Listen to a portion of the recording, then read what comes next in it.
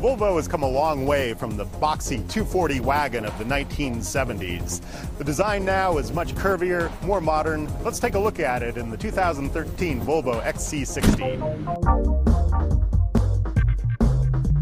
The XC60 is a mid-size SUV. Volvo has one bigger, the XC90, but this is the smallest SUV in their lineup. Standard is this city safety feature. They got some cameras mounted up here in a pod inside the windshield. Those look forward, seeing cars and pedestrians.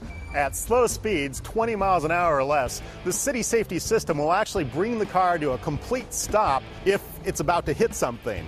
At higher speeds, 25, 30 miles an hour, the system will still hit the brakes, but it'll probably still hit whatever it is in front, although the system will mitigate that collision.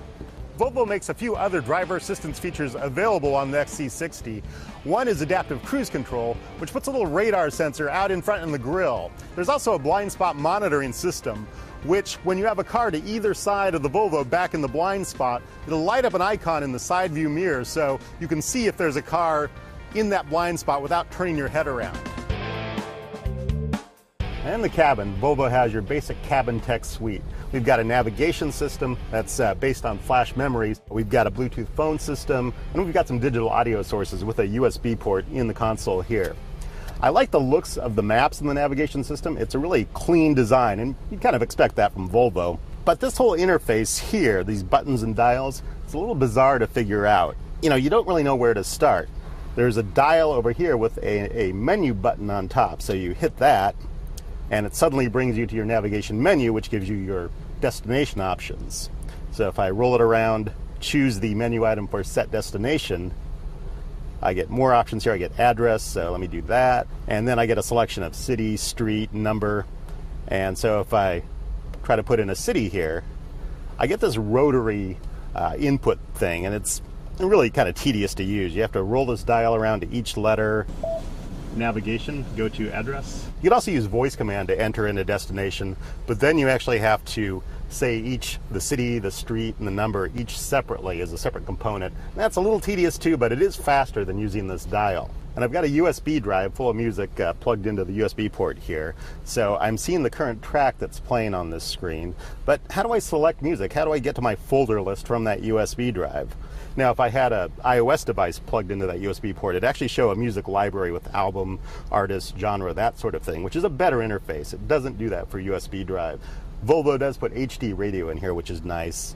And with the navigation function, we also get traffic on here. And that traffic comes through FM radio, so you don't have to pay for like a satellite radio subscription to get that information. It'll also actively route around bad traffic problems, so that's convenient. It's a good basic cabin tech suite, but Volvo doesn't take it beyond that. You kind of expect more in this premium car category.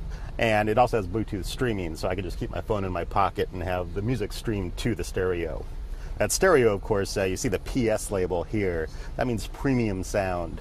In this platinum trim XC60, we have this upgraded sound system, 650 watts, pretty good sound, clean sound. I like it. It's very enjoyable, has good separation, good distinction. I would say it's the best I've ever heard, but it's a good value for the money. Now, amongst all these buttons on the interface here, we also have this cam button. Has nothing to do with the engine. If I press that, it activates the rear view camera. So you can manually activate the rear view camera or just put it in reverse, which will also bring up the rear view. And you see we have trajectory lines on here, which is cool, and distance lines as well. Overhead, we have this panoramic sunroof. That is a standard feature in the platinum trim. It reaches back over the rear seats, which is nice, but only the first 3/4 of it opens up. What we have under the hood here is kind of a miracle of packaging. This is a 3-liter 6-cylinder engine, but it's in line, so all the cylinders are one after another, and it's also transverse, sideways, but it still fits within this compartment. It's got a pretty big turbo on it. That turbo helps it make 300 horsepower and 325 pound-feet of torque. The fuel economy numbers are 17 city, 23 highway, which is not great, but in driving I've seen it average around 21, 22, which is pretty good.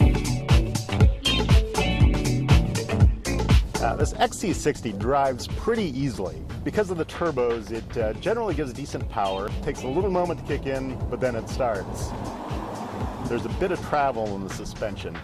feel that as it goes around corners, because you really feel the load shift back and forth. In normal roads, it works pretty well to dampen out the bumps, gives you a really smooth ride. As soon as I put it in its sport mode, it is a whole different experience. Puts the power on tap at a much lower throttle point.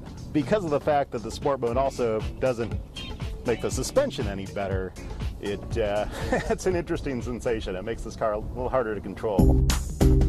So let's price out our 2013 Volvo XC60. Base is $40,650, but bring it up to the Platinum package, $45,250. You get all the cabin electronics standard plus that rear view camera. Now, to even bring it further CNET style, you can get the adaptive cruise control as part of a technology package for $2,100, and you can add the blind spot information system for another $700. It still doesn't have some of the really advanced tech that we see in Audis or BMWs, but overall, a very nice driver.